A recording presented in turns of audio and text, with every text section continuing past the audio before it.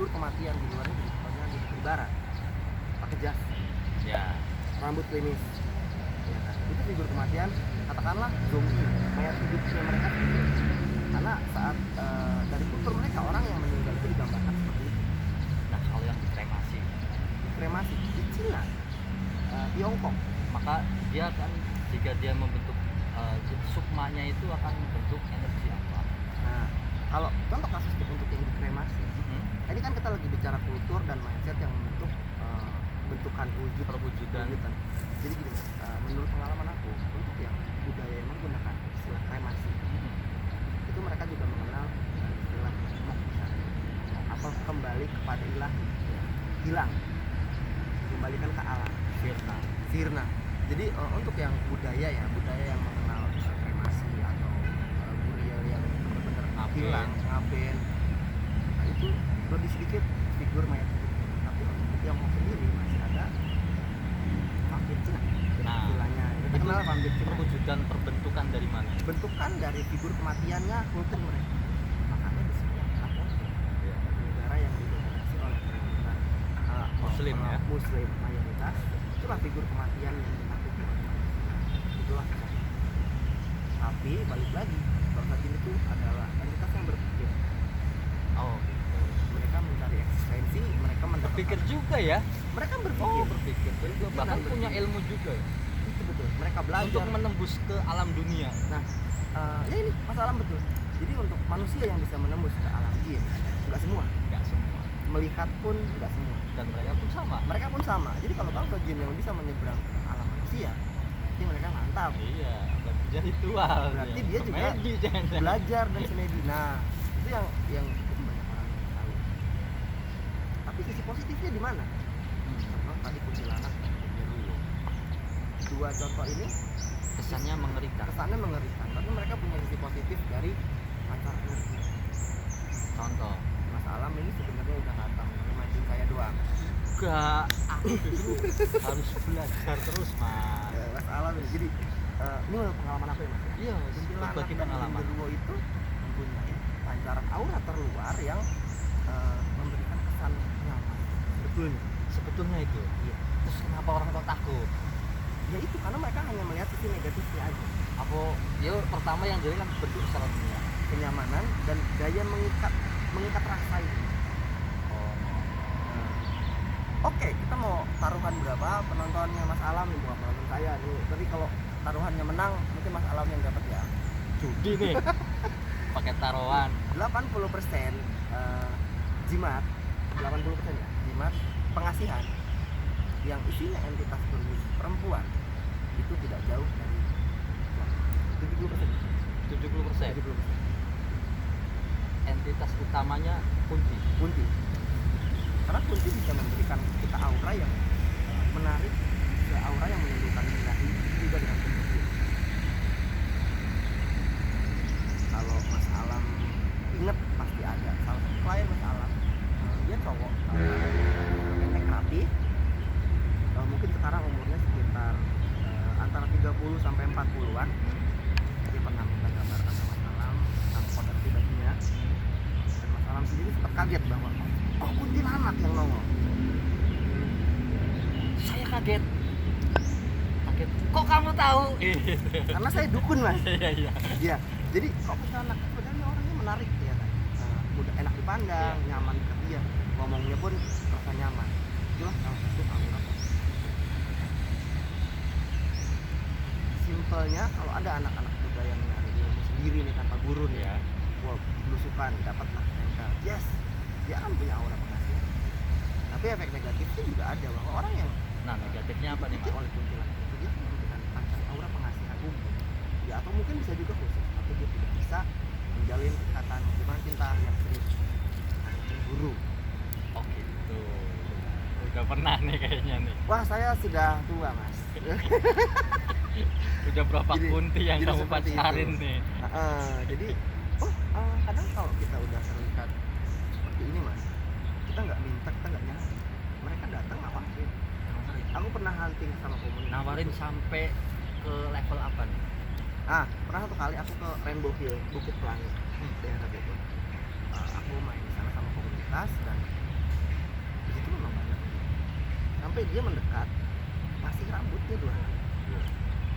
Mas Alam pasti udah ngerti kalau mereka sampai ngasih suatu benda untuk akses, berarti mereka bersedia untuk dipanggil namanya. Aku larang. 2, kasih rambut karena aku tahu negatif.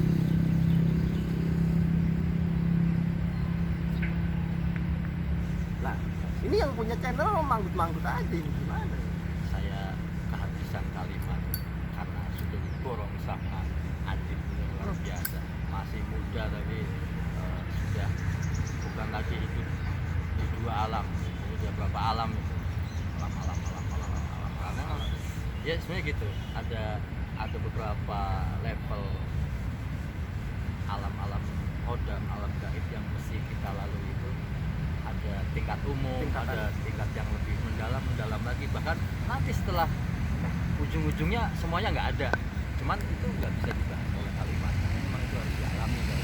Banyak lapisan-lapisan yang Ya, mungkin manusia. Manusia biasa itu nggak akan bisa. Dan saya mau tanya, kira-kira yang pertama ngasih nama kuntilanak itu siapa? Kalau ini saya bisa jawab, mudah-mudahan jawaban saya memuaskan. Di suatu daerah di Kalimantan Tengah sering muncul makhluk gaib yang senang tertawa dengan suara wanita mengganggu warga sekitar yang sedang membangun desa. Bolong nggak? Enggak, Beda ya? Beda, Sunda Oh itu bolong sudah beda. bolong. Jadi sebutlah nama Pontianak. Itulah yang sekarang menjadi Awalnya. Pontianak. Awalnya dari kalimat Pontianak. Kita tadi membahas di awal ada pocong, ada kuntilanak. Kenapa pocong nggak ada di luar negeri? Udah dijawab kan? Kenapa kuntilanak ada di luar negeri? Di Jepang, Korea itu ada yang namanya Bentuknya sama. Di Eropa ada Ada beda nama. bentuknya sama dan khasnya itu adalah jeritan melengking dan tangis melengking, rintihan sama persis. Nah, tapi ada sebuah tempat di Jawa Tengah, ada perbukitan di Jawa Tengah, aku nggak mau sebutin nama kotanya. Di hutan itu banyak entitas sejenis itu, tapi lebih arif kalau dibilang itu perintihan, bukan dari politik. Bahasa halus. Tapi levelnya sama. Apa di atas kuntilanak? Kalau udah perih di atas. kalau mau di perih kan istilah, tapi kalau di jujuran hitungnya danyang lokal. Danyang pun ada tingkat. Wilayah lokal. Wilayah yang lebih luas itu akan lebih tinggi tingkat. Wilayah kecil, kecil lingkupnya, tapi bisa dikatakan danyang itu kan dia nggak meminta apapun, dia tidak meminta saji, dia nggak minta pengakuan, dia hanya menjaga tempat dan menjaga keseimbangan energi yang ada di situ. Menjaga ya. Lebih menjaga. Ya, emang ternyata disadari atau enggak bahwa alam semesta ini ada penjaga masing-masing. Ada penjaga. Kalau kita ya sebagai manusia penjaga kebersihan ada, kan gitu Wajib. kan? Harus. Yang menjaga buka tutup wilayah ini juga ada. Sama di alam mereka pun ada penjaga-penjaga tertentu ya. Di hutan dia menjaga wilayah hutan itu gitu, supaya mungkin ada sisi-sisi negatif yang akan masuk dia bisa meminimalisir ya, supaya tetap laksinawi, tetap harmoni, dinamis. Ya, jadi memang kita nggak bisa membuang atau bahkan menyepelekan orang-orang yang masuk ke dunia misteri seperti Adit ini. Secara tidak langsung beliau juga menjaga keseimbangan alam semesta ini, karena ada beberapa orang yang nggak bisa menembus ke sana, jadi dia nggak paham. Jadi taunya realita bahwa oh nggak bisa, nggak logis gitu kan, semuanya harus dengan logika. Nggak bisa, hidup kita itu ada di antara banyak alam gitu, banyak dimensi gitu. Ya kalaupun oke lah rasional, karena memang kita ada di alam rasional gitu. Di alam dia ya sudah gitu. Alam dia masing-masing melengkapi penjelasan alam. Semua memang harus bisa dijelaskan dengan logika. Bisa. Metafisika itu bisa dijelaskan dengan logika karena ada fisika di situ. Iya. Ada barang. Yang jadi masalah adalah apakah orang-orang yang menjelaskan atau orang yang mendengar itu sudah mencapai itu pemahaman itu tertentu yang bisa mendapatkan tolak ukur yang sama. bisa selaras ya. Nah, Kalau enggak ya Pak, dia akan terus dibantah dengan logika lagi. Dia akan terus membantah sampai titik terangnya adalah ngejogrok begini gitu, baru dia yakin gitu. Ya. Ya itu yang biasanya menjadi sebenarnya yang menjadi perdebatannya itu kalimat kan. Kalau perwujudan dan apa yang kita alami itu sudah satu pengalaman, nggak bisa diotak-atik lagi kan. Iya betul. Yang membuat rancu itu kalimat terjebak sama kalimat. Ya diskusi ini yang diskusi itu kan pasti kalimat. Iya. Nah, sebuah kalimat ini yang kadang-kadang jadi rancu. Nah, cara penyampaian, cara menangkap gitu. Jadi kalau untuk membahas supernatural dengan logika bisa kita bilang bisa banget. Bisa Bang. Tapi sebelum kita mulai sharing logika, yang pertama tidak ada denial, tidak ada penolakan, bahwa diskusi ini biarlah berjalan dan dasarnya harus benar-benar kuat. Bagaimana logikanya manusia bisa melihat hal saja? Bisa, karena dalam kehidupan kita sebagai orang beragama, percaya kepada yang gaib kuat, dan ada. Itu yang jadi persoalan itu. Satu, kita ditanamkan keyakinan tapi tidak dijelaskan prosesnya untuk menjadi lebih yakin, menjadi aku yakin. Akhirnya dia yakinnya hanya di angan-angannya aja. Itulah. Coba kalau dijelaskan dengan secara rasional, teratur, rapi, dia akan paham. Cara Gitu, penyampaian, cara balik penyampaian. lagi kalimat Jangan penyampaian. langsung kita harus yakin adanya gaib. Loh, gimana kita mau yakin kalau kita belum pernah melihat? Yakin itu kan harus melihat dan merasakan. Saya minum kopi, Ya ini kopi. rasanya apa? Orang sudah tahu, manis dan pahit. Begitu kamu rasain ternyata asin. Ya kan gitu. Bisa jadi seperti itu. Iya. Kan manis dan asin kata orang. Kata orang. Cobain sendiri. Cobain sendiri ternyata pahit aja atau manis aja. Nah itu makanya untuk menembus dunia seperti itu kita harus langsung terjun merasakan. Nyebur dulu. Baru bisa ngomong gitu kan. Kira-kira kayak gitu ya. Istilah kerennya frekuensinya. Kamu sudah kita masuk ambil. frekuensi belum? Atmosfernya kita ambil. Emang bisa dirasain? Kayak apa rasanya? Ya jajal. Ada loh mata yang ke saya itu banyak sekali pengen dibukain mata batinnya. Nah menurutmu di mana loh cara membuka mata Gini, batin? semua manusia itu punya mata batin. Semua manusia punya kepekaan terhadap alam goib. Yang jadi pembeda adalah tingkatan. Untuk orang yang benar-benar mata kasyaf bisa melihat goib pun, mereka masih punya tingkatan lagi. Sampai satu tingkatan yang tidak semua manusia itu bisa menembus dari alam malakut. Hanya golongan nabi dan rasul saja yang bisa memandang kepada malaikatnya. Dan gitulah. Ini kita ngacunya berdasarkan kitab suci, kebudayaan manusia. Itu dari prasejarah sampai modern ya. Itu luar biasa. Jadi kalau mau cross check ya monggo baca lagi kitabmu. Jadi pembahasan ini bukan hanya dari pengalaman sendiri, tapi cross check dari Dengan literasi. kitab, dengan literasi, dengan budaya, agama, semua disatukan ternyata sama. Karena semua ilmu Tuhan, ilmu Tuhan. Cuman bahasa, cara kita membaca, cara orang yang menyampaikan kan yang bikin beda.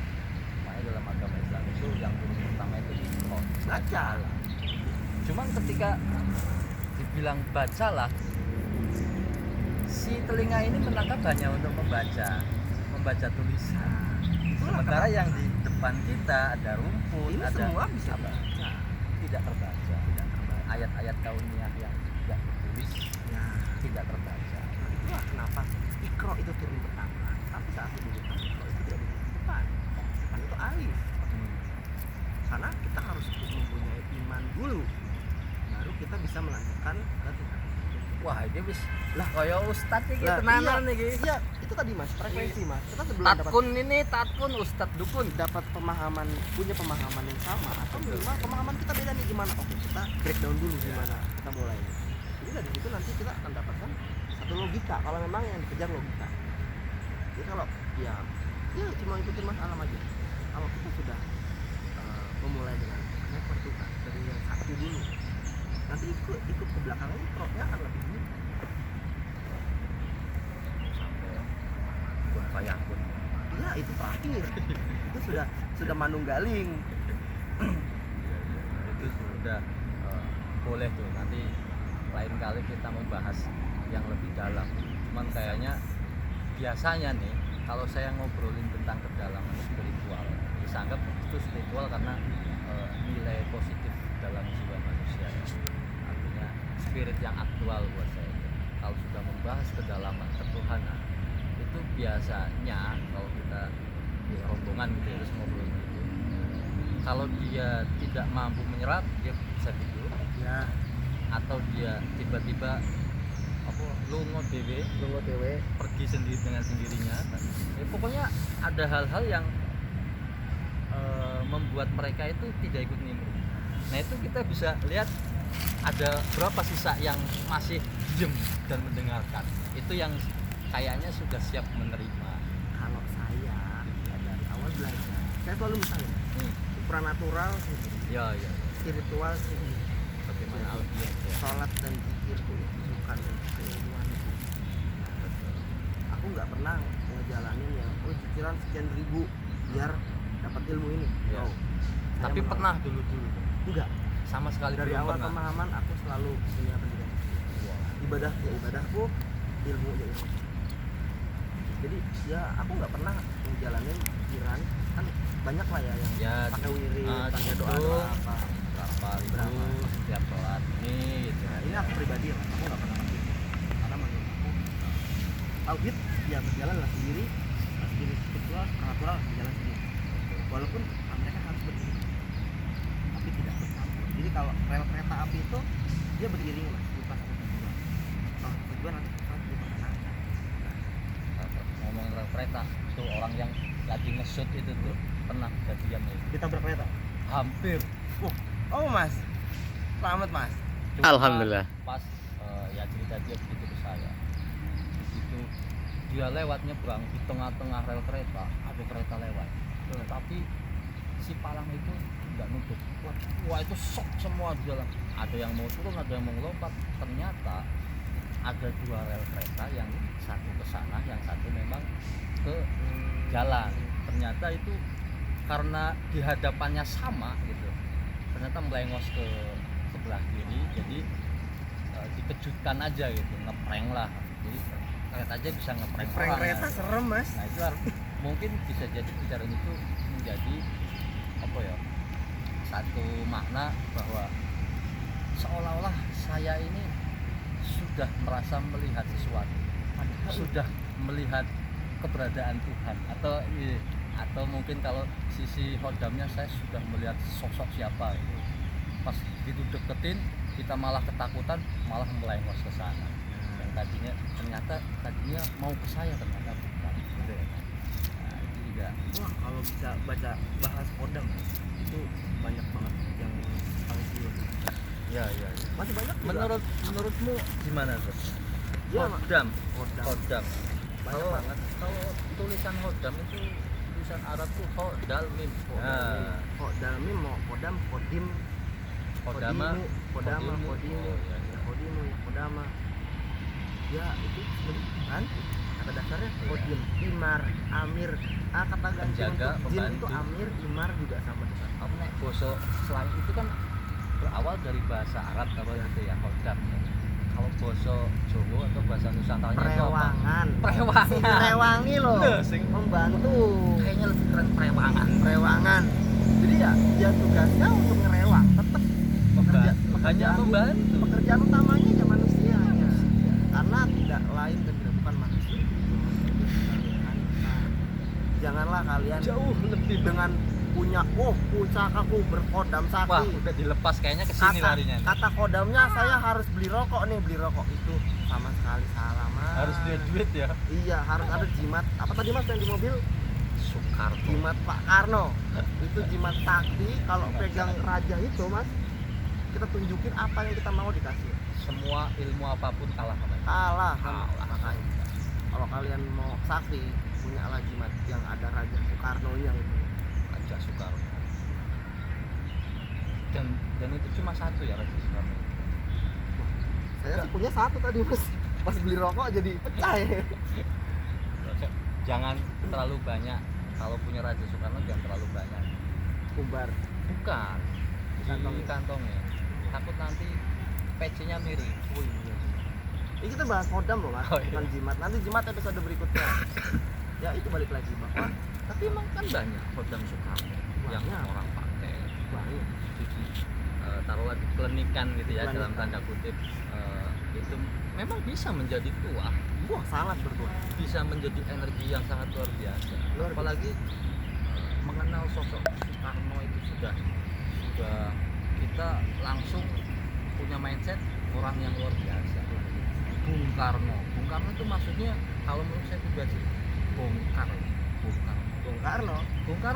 Bongkar loh keilmuan Soekarno itu apa aja Saya tahu yang itu Hodam nih ya. kodam ya. Hodam. Kalau kodam, Balik ke Hodam. kalau kodam saya skip bapak yang itu. Ya, Nanti episode yang lain nanti aja. yang lain. Kita balik ke kodam ya mas. Nah sekarang mumpung sama Mas Alam, saya mau nembak. Mas, kodam saya yang paling lucu yang mana? Yang paling lucu berarti yang pelawak ya. Iya, udah. Saya orangnya lucu kan. Iya, lucu dan culun. Oh, ini denger, lugu dan culun.